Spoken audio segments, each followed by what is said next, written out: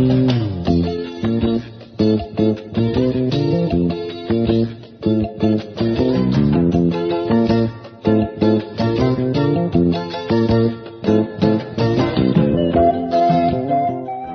araw ay may dalang mga posibilidad ng tagumpay o kabiguan, ng ligaya o lungkot.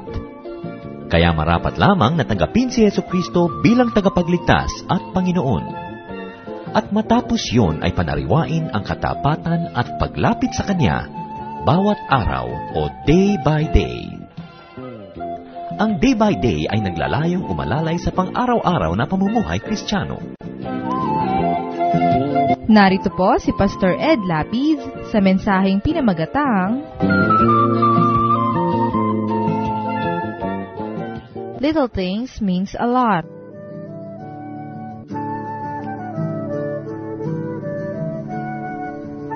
Some time ago, many decades ago, may umuso pong kanta. Ang sabi, Little Things Mean a Lot. Sino sa inyong umabot dyan? Aminin nyo na. Maganda yung umaabot tayo sa maraming mga bagay. Sabi nung kanta na yun, touch my hair as you pass my chair. Little things mean a lot. May mga konting mga kalakalabit dyan na napakalaking bagay. Sabi nga nila, kahit daw maliit na bagay, mahalaga yan. Depende. Pero talaga ba, how should little things be treated? When should little things be belittled? When should little things be magnified? Today, we're going to talk about this subject. Little things mean a lot. May question mark yun, ha? Little things mean a lot. Why don't we just spend a minute of silence? And I would like to request you to pray that the Lord will speak to us through this message. Pray for this message. Pray for you. Pray for me. Pray for your neighbor. And pray for those that sit beside you that the Lord may touch us through this message. Let's be silent before the Lord. Our Heavenly Father, we pray that you're going to speak to us in simple terms that we may see where we stand before you. Teach us, Lord, to see the relationship of things, both big and small, so that in our value system, in our lives, in the way that we move about in our daily life, we may honor you, and you may live in us and through us. Silence us, O Lord, and still us, and whatever may hinder our reception of your words tonight, in the name of Christ, we rebuke it. We rebuke even our problems and things that may occupy our mind, O Lord. We pray that you're going to enable us to concentrate and to fix our eyes on you so that our spiritual ears may hear your word. And Father, infill us with the Holy Spirit. Apart from your help, we cannot understand you. So reveal yourself to us. Let your face shine before us. And lift us up, Lord, to heavenly realms so that we may see you, understand you, and enjoy you. Father, we commit this study to you in Jesus' mighty name. Amen. Let's open our Bibles and let's read Matthew 23 to 34. Sino ba ang mga armado ngayon na nagpunta dito sa atin at sino mga walang dalang armas? Ngayon nagpunta tayo dito sa giyera. I encourage you to always bring your Bibles, not only when we go to worship services, but everywhere. Because there are opportunities, of course, to share the Word of God with everybody, anytime. So Matthew 23 to 24. Woe to you, and this is the Lord speaking. Woe to you, teachers of the law and Pharisees, you hypocrites! You give 1/10 of your spices, mint, dill, and cumin. But you have neglected the more important matters of the law, justice, mercy, and faithfulness. You should have practiced the latter without neglecting the former. You blind guides, you strain out a gnat, but swallow a camel. And may the Lord bless us through the reading of His holy word. So the text, and we're going to magnify this text for a while, the Lord said, woe to you, teachers of the law and Pharisees. Now, who are the Pharisees? These are the people who comprise one of the biggest of the 3 sects of Judaism in the Lord's time. You know, Judaism was not really a monolithic faith. It was comprised of several groups. And you have 3 main groups, and one of them would be the Pharisees. And they ruled, these Pharisees, they had a very great influence because they ruled the Sanhedrin. And they ruled also and influenced to a great extent the courts. So therefore, they were people to reckon with. And they considered their oral traditions as equally inspired and authoritative as the Torah, the first 5 books of the Bible. The emphasis of their teaching was ethical rather than theological. And also, for admission, if you would like to become a Pharisee, an applicant had to promise in the presence of at least 3 members the following, and one of them would be that he would not eat of anything that had not been tithed, nor, if there was any doubt, if it was tithed. We know the doctrine of tithing, 10% of our income, 10% of our harvest, 10% of our animals, 10% of the things we give to the temple, we give to the Lord and to the Lord's work and to the Lord's workers.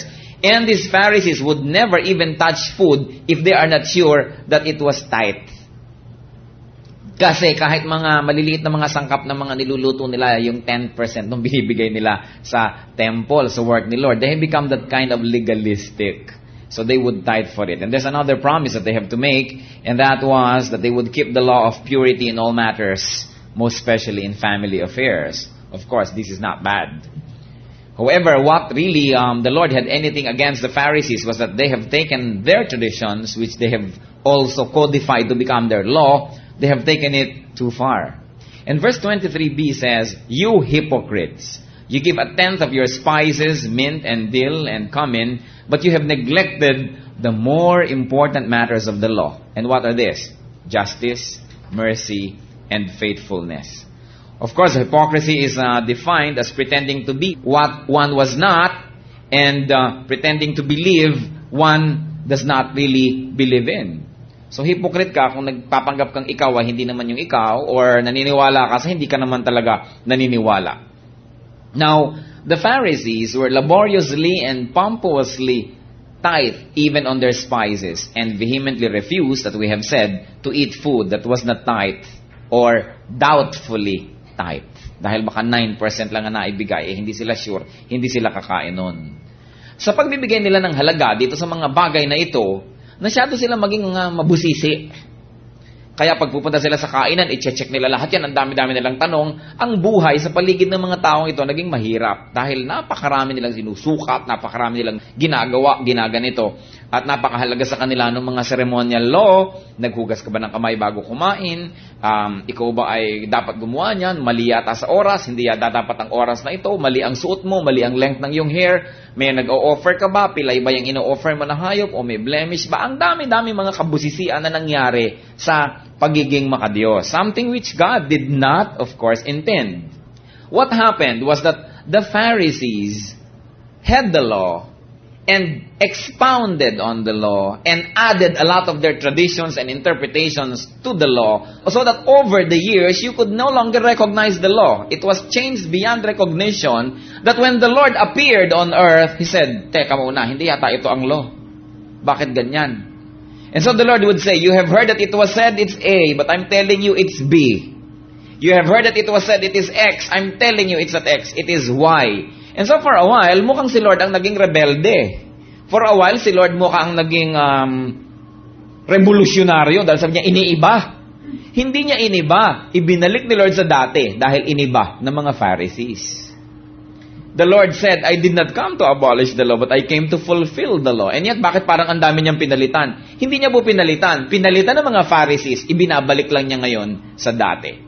And that is what made the life of the religious people during those times very tedious. Religion became very boring and difficult because it became a complicated web and a series of do's and don'ts. Something that God, of course, did not intend. And because they paid attention to these very, very little things, what happened? They lost track of the more important aspects of faith and religion. They have neglected the more important matters of the law. Yes, some matters, brothers and sisters, are more important than others. Especially in matters of faith.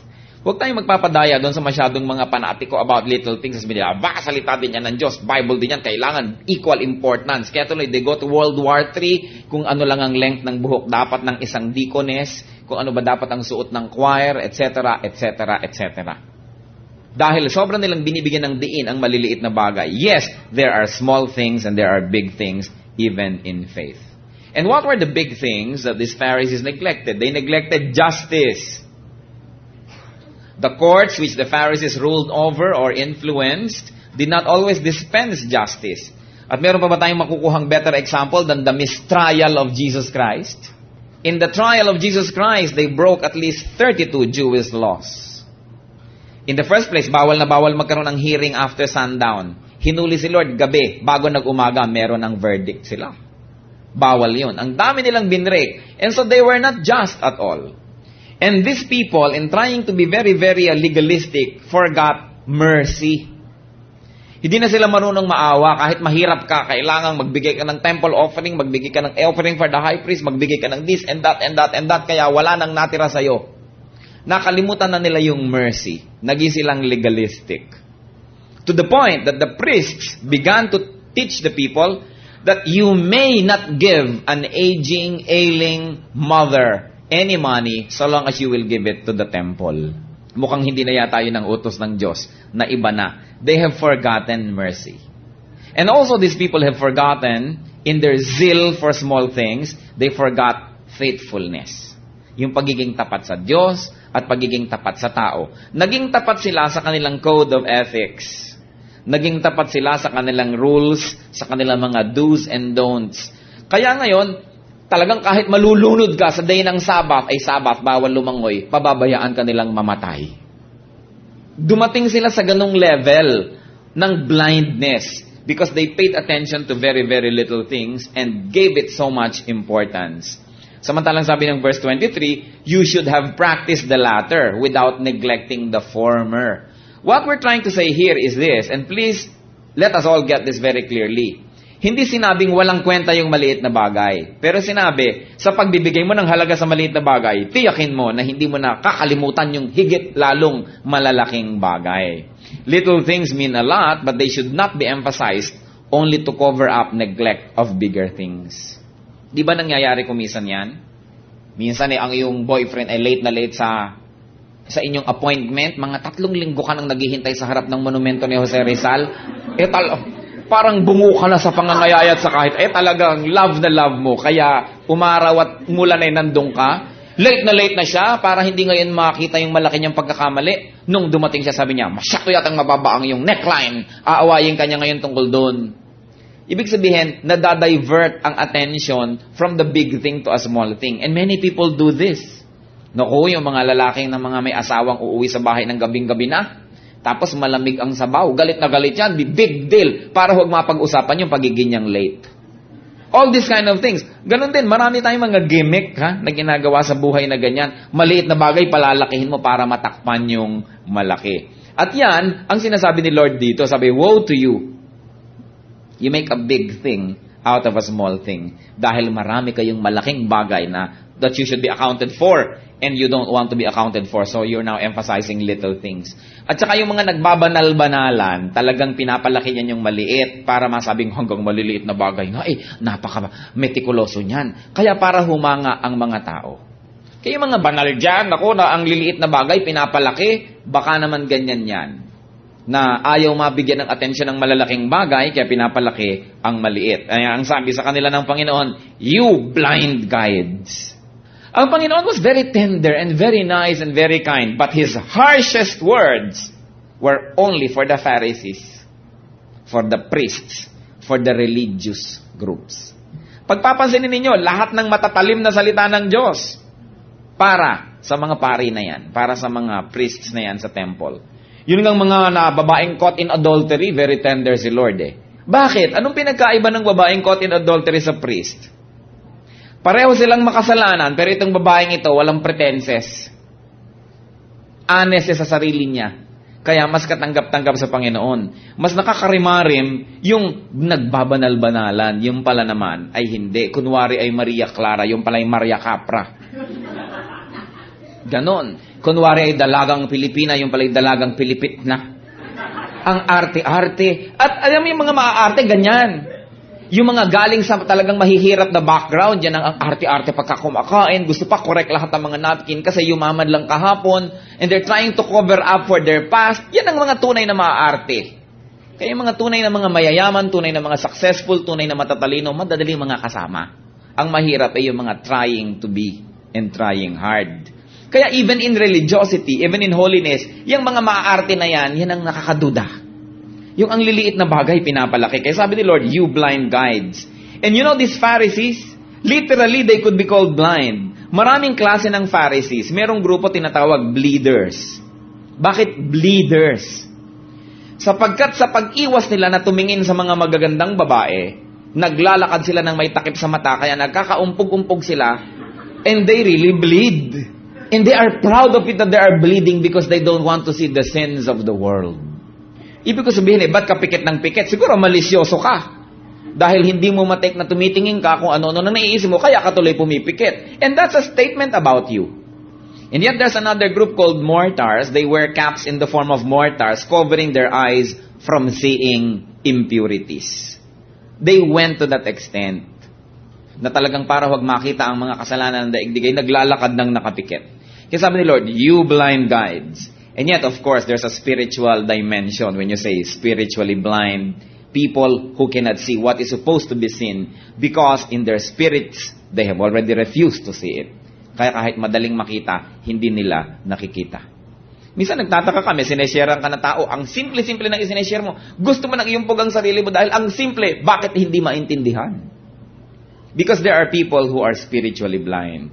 And according to 2 Corinthians 4, verses 3 to 4, and even if our gospel is veiled, it is veiled only to those who are perishing.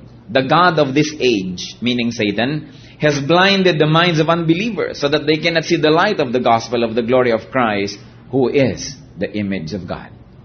Kaya pagka hindi maintindihan, spiritual ang reason. There is a spiritual blindness, so it must be fought in a spiritual level by prayer.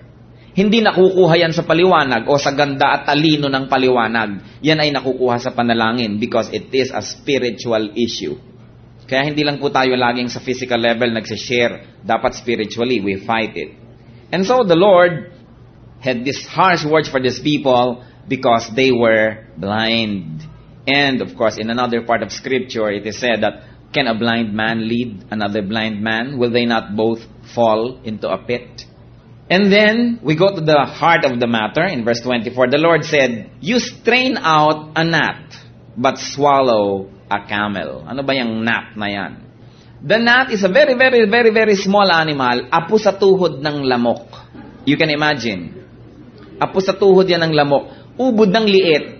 Pero sa listahan ng mga unclean animals, na listahan niya ng mga Pharisees, nakasama sila sa listahan. Sila yung pinakamaliit sa listahan. Alam niyo yung ginagawa ng mga Pharisees so that they will not swallow a gnat? Wherever they went, may dala silang mga salaan.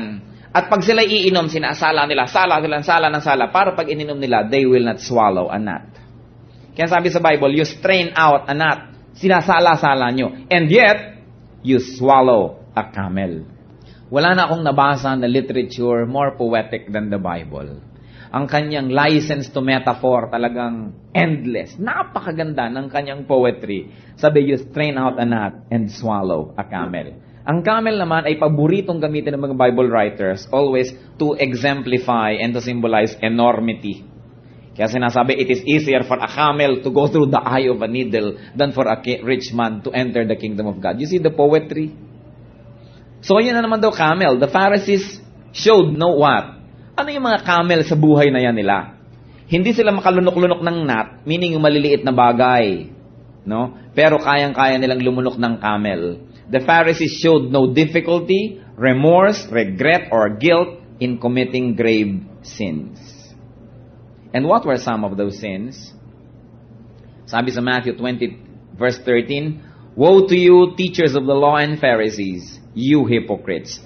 You shut the kingdom of heaven in men's faces. You yourselves do not enter, nor will you let those who enter, those who are trying. Sabi, sinasara ninyo ang pinto ng langit sa mga tao. Hindi kayo papasok, pinipigil nyo pa yung gustong pumasok. What are we looking at here? The temple, the institution, the religious monolith of their time was not teaching the people to be saved. The temple was only teaching the people to be religious. At hindi ba nangyayari rin sa panahon natin ngayon yan? Napakaraming mga kung ano-anong mga templo at mga pananampalataya, ang itinuturo nila ay paano ka magiging relihiyoso, hindi nila itinuturo kung paano ka maliligtas. Kaya buong buhay mo na lang, naging relihiyoso ka na, mamamatay ka na lang at lahat, hindi mo pa alam kung saved ka. And so all you had all your life was a continuous dosage of religion, but no salvation. At yan daw ang ginagawa ng mga priests na yan noon. They were blocking the way to salvation. Ang itinuturo nila, relihiyon. And Matthew 23 verse 14, Woe to you, teachers of the law and Pharisees, you hypocrites! You devour widows' houses for a show, and for a show make lengthy prayers. Therefore you will be punished more severely. So these priests were taking advantage of the weak. Widows pa man din. Hindi natin alam kung ano ang poetic license na ginamit dito, what they mean by you devour widows' houses. It could be physical, meaning sapagkat itong mga widows ay mga emotionally weak at mga sunod-sunuran sa mga religious leaders, ay pirmi na lang nilang nakukuhanan siguro ng mga donation, lagi na lang nilang pinaglilinis sa mga sahig ng mga temple, at chinichimay-chimay nila ang mga widow, yung baga mga babaeng ang hilig pumaligid sa mga priest na ganito at nagpapachimay. Maraming ganon. So, maaaring yan. And yet, there's a possible reason, baka may sexual overtones ito, that they go to widows' houses and take advantage of their physical weaknesses dahil wala silang mga husbands, and then kunwari naman sinasabi nila they are making long prayers lamang. Kaya ang tagal-tagal nila dun sa loob. Aba, it can happen. Basahin ninyo ang Noli Me Tangere, ang El Filibusterismo, kunwari nagdadasal si Hermana Tika, kung ano-ano na pala ang pumapasok sa kanyang isip. Si Pia Alba at kung sino-sino pa. Ang dami-dami nila. So, this is what we're trying to say. They take advantage of the weak in the name of religion. Yung mga desperada, yung mga may sakit na kahit hingan mo na lang ng hikaw nila ibibigay dahil ipagdadasal mo ang mga may sakit nila. This kind of things. And we're surrounded by so many people that take advantage of the needy. Na talagang kailangan na pumunta ka sa kanilang mga rally at maghulog sa kanilang mga buslo para yung the remaining 50% of your healing ay maibigay sa'yo. All these kind of things. Can you take this? But people are needy and therefore they are weak. And it is so easy to take advantage. Lalong-lalo kung ang mga tao naniniwala sa'yo, nagtatapat sa'yo ng mga problema, humihingi ng yung counsel. Alam na alam mo ang problema, alam na alam mo ang weakness. It is so easy to take advantage of people. And so therefore, religion can be a tool of evil if it's in the wrong hands and if people are not aware of what religion should be. Kaya they take advantage of the weak. Another camel that they were swallowing, Matthew 23:15, Woe to you, teachers of the law and Pharisees, you hypocrites! You travel over land and sea to win a single convert, and when he becomes one, you make him twice as much a son of hell as you are. Ang ganda-ganda ng language na ginagamit. Ang layo-layo daw ng nilalakbay ninyo para makuha ang isang taong ito sa inyong pananampalataya, at pag naging member nyo na, mas masahol pa sa inyong kasamaan ang itinuturo nyong gawin ng mga taong ito. Therefore, another camel that these people were swallowing was misleading people and misleading followers. And then, of course, they taught a lot of materialism to the people. Kasi sinabi nga natin, kasi duty ng mga anak, bigyan ng mga nanay nila ng mga byuda ng support. Pero may itinuro sila na pwede nyong i-cancel ang support for this month basta para sa temple at doon nyo dadalhin. And so this is very materialistic orientation. And they taught a lot of misguided sense of values, especially which pertains to the law. Matthew 23:25-26, Woe to you, teachers of the law and Pharisees, you hypocrites! You clean the outside of the cup and dish, but inside they are full of greed and self-indulgence. Blind Pharisees, first clean the inside of the cup and dish, and then the outside also will be clean. And so the people, these Pharisees, were exemplifying greed and self-indulgence and a lot of hypocrisy. Ano naman ang pakialam natin sa kanila? Ang totoo niya na may pakialam tayo. Because those Pharisees are alive and well today. Tingnan ninyo ang inyong katabi. Mukha bang Pharisee? Kung meron kayong salamin, ipakilabas nyo lang at sabihin natin, mukha ba akong Pharisee? And yet today, even in the Christian circles, the Pharisees are alive and well. How do we become Pharisees today? By becoming majors of minors. What is small? Ano ba yung maliit? Pag sinabi natin sa faith, what is small? What do we mean? Anything that has no direct relation to salvation or the lordship and deity of Christ may be considered small. Pero yung may kinalaman sa salvation, deity, lordship, personality of Jesus Christ, it can never be termed small. So may mga bagay na maliit. At dahil doon, we can keep them in proportion, and we can behave accordingly to their size. Now, we can become Pharisees today by making a big issue out of small things pertaining to faith and worship. Halimbawa, clothing and accessories. Big deal. Kung ano dapat ang isuot mo sa worship at hindi mo isuot. Kailangan ang hikaw dito. Several inches, pag napalagay na dito, mali na. Ano ba naman yung isang dangkal na pinagkaiba? Hindi pa nga. Ano ba naman kung dito ka maghikaw? What's the big deal? And yet many people, big deal yan, di ba? Sabi, naku, Christian ba talaga siya? Bakit? Kasi 3 ang hikaw. Baka hindi Christian yan. Yung ganong klaseng sense of values, ang liit-liit na bagay, lumalaki na. Hair and hairstyle. Aba, marami mga Kristiyano willing to go to World War IV that the women should wear long hair. Kaya naman talagang hanggang doon sa tuhod, kahit puro kuto. At pagka ikaw ay babaeng medyo maiksi ang buhok, ay talagang iniirap-irapan ka na ng mga conservative at talagang ikaw ay demonic. Yung mga ganon. Of course, siguro meron mga certain lengths that are very, very acceptable. Meron talagang medyo tolerable. But the point is, come on, this is not a big thing. Hindi siya dapat nagiging abala for worship at hindi dapat nagiging hadlang para i-welcome natin ang isang taong gustong mag-worship. O, mga babaeng nakapantalon ba o nakasaya? Big deal. Of course, I encourage women to wear dress, lalo sa Sunday worship.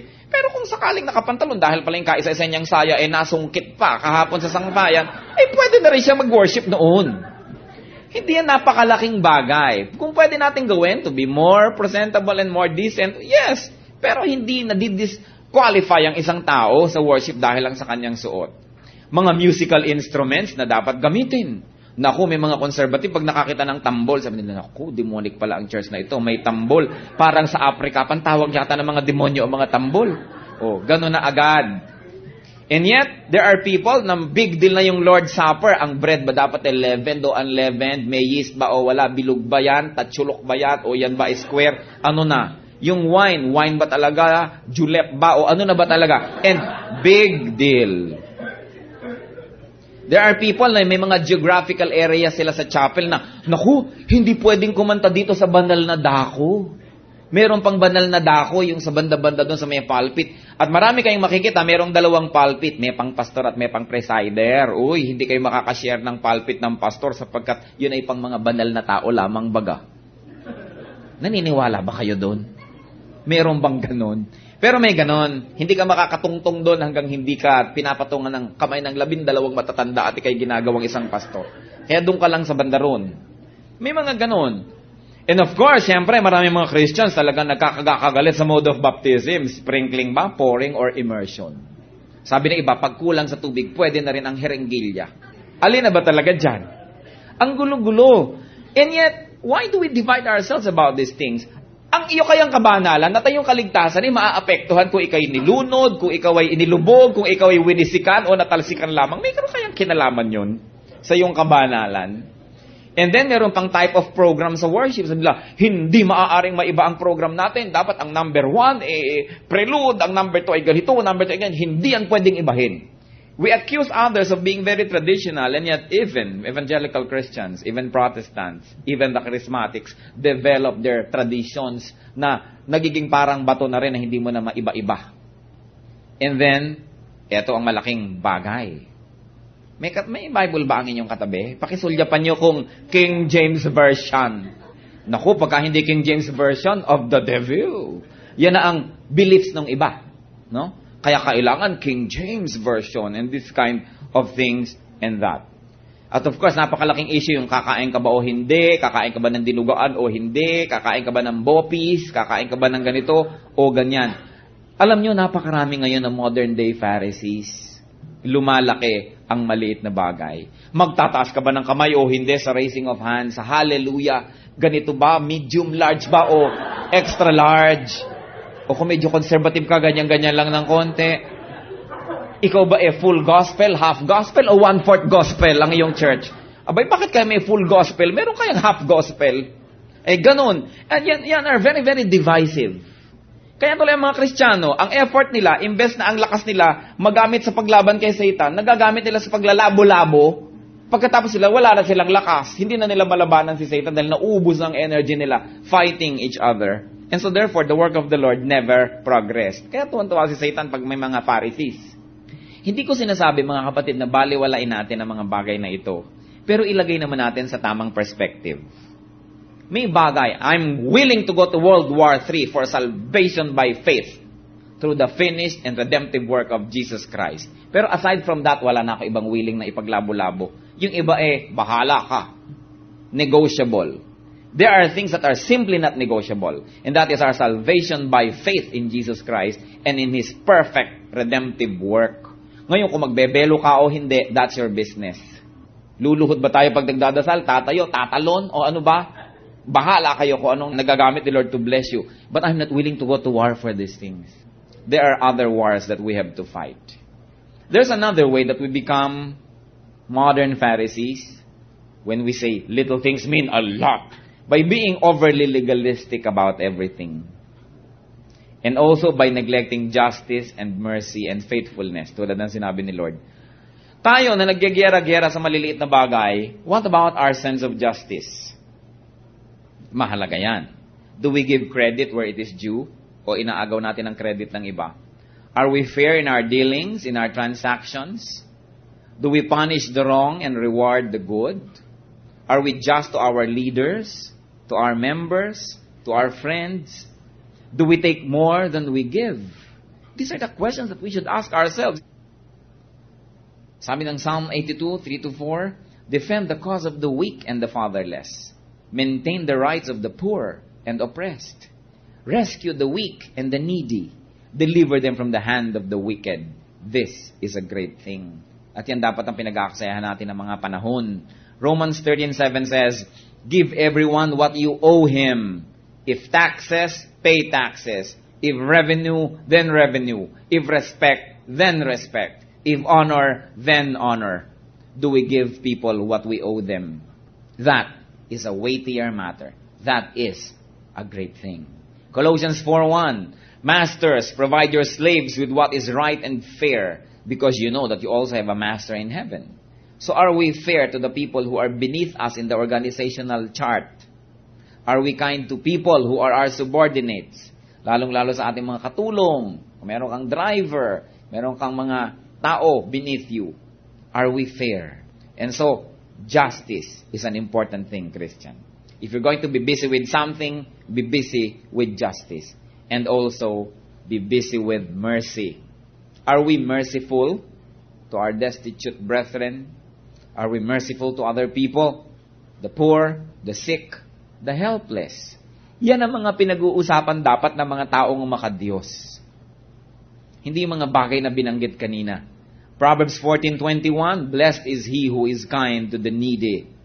Zechariah 7:9-10, this is what the Lord Almighty says, administer true justice, show mercy and compassion to one another.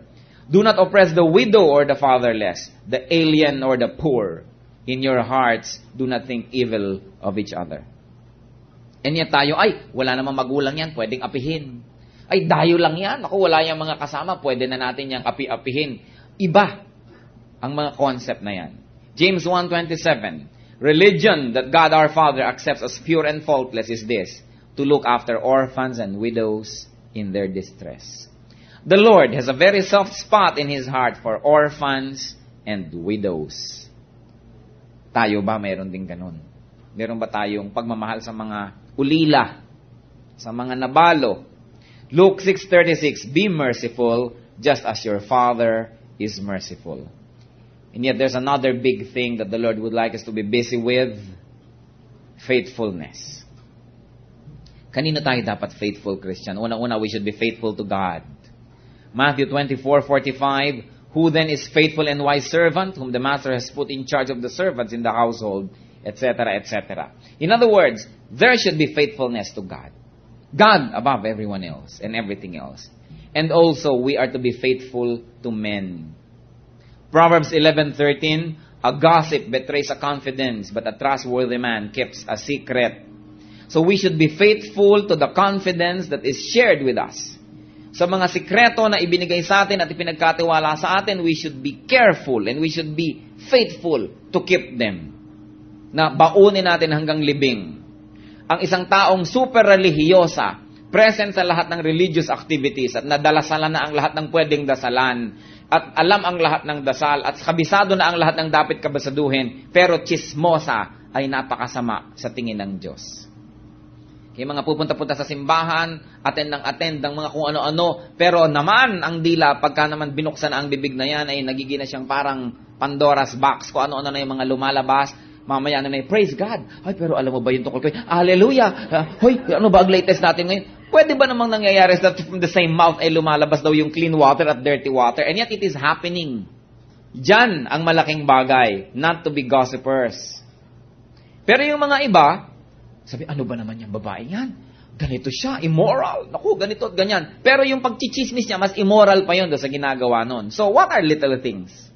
Gossiping is a big thing. It's a big negative thing. Kumusta naman tayo? Faithful sa pagtatrabaho sa choir, faithful sa evangelism, sa pagtuturo sa Sunday school, pero nabubura lahat ang inyong kadakilaan, oras na nagchismis.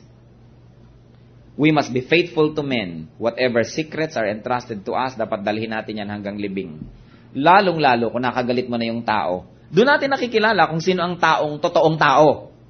Pag magkaibigan kayo, and during your friendship, there are sensitive things about this person that were shared with you. Pagkatapos nag-away kayo, anong ginagawa mo? Ibibisto mo na? Hindi ka tao. Kung ano ang isinyer during times of friendship, must never be divulged in times of enmity. Kasi kung kaaway ka niya mula nung una, hindi naman sasabihin sa'yo. The mere fact na sinabi sa'yo, ibig sabihin, kaibigan ka, pinagtitiwalaan ka. Kahit dumating ang panahon na magkaaway kayo, igalang mo yung panahon na kayo ay magkaibigan. Yun naman ay kung ikay totoong tao. Kaya malalaman mo kung sino ang tao at hindi. Pag nakaaway na niya yung isa, ibibisto na niya lahat. Pang-blackmail na niya. So we are to be faithful to men. 1 Timothy 3:11, in the same way, their wives are to be women worthy of respect, not malicious talkers, but temperate and trustworthy in everything. And so another way to be faithful is to be faithful to your husband if you're a wife, and to be faithful to your wife if you're a husband. Malaking bagay yun. Hindi kaya na tabunan ng pagiging relihiyoso ang pagtataksil sa asawa. And yet, napakarami mga relihiyoso at relihiyosa, yung pala naman ay kung ano-ano mga ginagawang milagro na daig pa yung dinadasalan nilang Diyos sa dami ng milagrong ginagawa sa buhay. And 1 Timothy 6:2, those who are believing masters are not to show less respect for their brothers because they are brothers. Ito sinasabi sa mga slaves, no? Instead, they are to serve their masters even better because those who benefit from their service are believers and dear to them. And so, ang gagawin daw kung ikaw ay you should be faithful to your employer or to your master. Lalong-lalo kung Christian siya.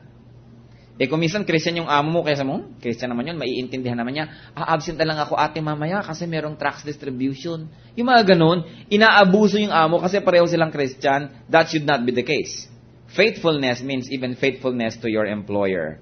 And we are to be faithful to men. So, brothers and sisters, faithfulness is a big thing to God. Faithfulness to God and faithfulness to men. Now, people swallow camels. And so what are our camels today? Ito mga binanggit natin. Pagka yung mga mahalagang bagay na ito, ini-ignore natin, we are swallowing camels. And yet, baka mamaya, ang arte-arte natin, sinasala pa natin yung gnat. Hindi na tayo makakain sa Lord's Supper na hindi ganito ang recipe ng tinapay. Pagkatapos yung pala, saksakan ka ng dalahira, saksakan ka ng chismosa, kung ano nung ginagawa mo sa buhay, yun yung swallowing a camel and yet straining out a gnat. Hindi ko naman sinabi mga kapatid na lunukin na natin yung gnat. No. But if we pay attention to small things, so much more, we should be paying attention to the bigger things. Huwag nating gawin na doon lang tayo sa maliliit na bagay, saksakan ng pihikan, at pagkatapos yung malalaking bagay naman pala, pinapabayaan natin. What are our camels today? Any obvious and great sin, breaking any of the 10 commandments is a camel that we swallow. Pag sinabi, honor your father and your mother, at saksakan ka ng suwail na bata, at pagkatapos ay kanta ka ng kanta sa choir, ay magtigil ka. Diba? Dahil binebreak mo ang 10 commandments, as kanta ka ng kanta doon. That's a big camel. Hindi ko sinabing tumigil ka sa pagkanta sa choir. Sabi ko, tumigil ka sa pagiging suwail. And so we should put these things in perspective. Any commandment that is broken is a camel that we swallow. And then, of course, any other important teachings on morality and purity. Blocking the way to salvation of other people. Paano natin ginagawa? Na binabarahan natin sila, hinahadlangan natin silang maligtas. By a terrible example. Sabi ba, nako, kung ganyan lang naman ng Christian, ayoko na, wag na. So, nabarahan natin ang kanilang way to salvation, right? And that's a grave sin. That's a camel. O kaya, ikaw naman, meron ka mga cozy little sins that you do, hindi mo sinesharean yung mga kapartner mo doon dahil pag naging Christian, wala ka nang kasama. And yet, there are people who are like that, no? Hindi nila sinesharean ng gospel yung iba para manatili silang ganon kasi na-enjoy nila na may ganong klaseng mga tao sa mundo. And yet, we are blocking their way to salvation. Taking advantage of other people is a camel. Yung paggamit sa kapwa. Inuuto mo siya, ine-exploit mo siya for your selfish ends. And of course, another camel is misleading others. Turo ka ng turo, hindi ka naman pala nag-aaral, na-mislead tuloy yung tao kung ano-ano mga pinagtuturo mo. So, na-mislead siya. That is a camel. And self-indulgence, sobrang pagpapasasa sa kung ano-anong bagay, samantalang napakaraming pangangailangan, ang higit lalong mahirap kaysa sa atin, that is a camel. All of this, binanggit yan sa Bible kanina, and we read them all. Now, Pharisees are alive and well. You agree? Maraming modern Pharisees. Muli, tingnan nyo ang inyong katabi. Pharisee kaya o hindi? And yet, pag sinabi nating mukha siyang Pharisee, naging na tayong Pharisee nun dahil nag-judge na tayo ng kapwa. Right? Dapat pagtingin nyo, sinasabi nyo, hindi na mo. So, we have modern Pharisees around us. There is a part of us that is probably a Pharisee. Well, we may not be 100% Pharisee, but probably we are several percent Pharisees. Kumusta naman ang ating mga hypocrisies? Kumusta naman yung ating making big issues out of petty things and yet committing very grave sins? Christian, the small thing is important but should not be blown out of proportion to cover up for big things and for big sins. So, do little things mean a lot? Yes. But big things mean a lot more. Dapat may perspective tayo na ganun. Hindi yan pareho. In closing, I like to challenge us. Let's be silent before the Lord. What is your possible not? Meron ba tayong talagang not? Yung bang ayaw na ayaw natin ng sin na yun, ang liit-liit, o ayaw na ayaw natin ng bagay na yun. And yet, I like to ask you, what could also be your camel? Sabi, you hypocrite, you strain out a gnat, and yet you swallow a camel. Let's be silent before the Lord and think, do we have gnats and camels? And then let's ask the Lord to forgive us in case that we have been in that kind of state. And let's cough up all of these camels and even the gnat. And then put things in perspective. Little things mean a lot, yes. But big things mean a lot more. Let's make sure that we don't break the big things. Let's be silent before God. Then after a minute, we will pray together. Our Heavenly Father, thank you for reminding us that yes, there are gnats that we don't want to swallow, but even yet, we should be more concerned with the camels that we don't get to swallow them, O Lord. Forgive us, Lord, if there's any blindness in our lives when we gave a lot of attention to small things and yet committed sin in the bigger areas of our lives. Please forgive us. Cleanse us, Father, with the blood of Jesus Christ. Say the word and we'll be free, O God. Set us free from all of these wrong proportions that we attribute to things, misguided values. And teach us, Father, that even as we value the nuts that they don't get into our bodies, we are to be more watchful of the camels. Teach us to put things in proper perspective and set us free, O Lord, from the big areas of our lives where we do not please you. In Jesus' mighty name, we thank you for reminding us and we praise you. Amen.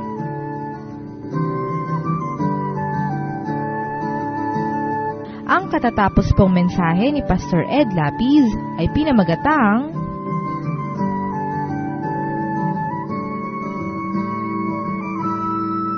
Little things means a lot.